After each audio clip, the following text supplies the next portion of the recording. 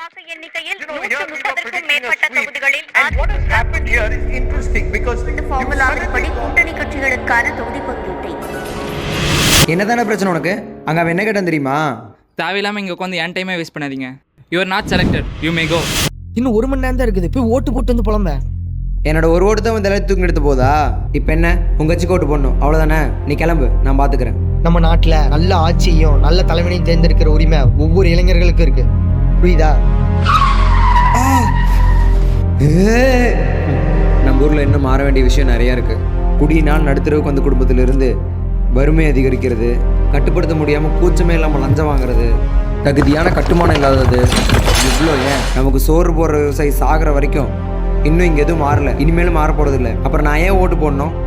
அதை மாற்றக்கூடிய பவர் தான் இப்போ உங்ககிட்ட இருக்குல்ல. இவ்வளோ அவசரமாக எங்கே போகிறீங்க? இல்லை சாமி, நான் ஓட்டு போட போனோம். ஐயா, கேவலம் ஒரு ஓட்டு போடுறதுக்கு எவ்வளோ தூரம் வந்தீங்க? இப்போ கூட உன்னை என் கட்சிக்கு ஓட்டு போடுன்னு சொல்லு. யாருக்கு வேணா போடு, ஆனால் ஓட்டு போடு. செத்தாலும் ஓட்டு போட்டு தான் சாவேன். ஓட்டு போறது என்னோட உரிமை. எதுக்காகவும் உன்னோட சுய உரிமையை ஓட்டு உரிமையை விட்டு கொடுத்துறாரு.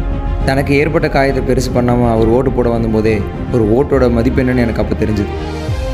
Never give up your voting rights. உன் வாழ்க்கையில் போட போகிற முதல் ஓட்டு விட்டுறாத.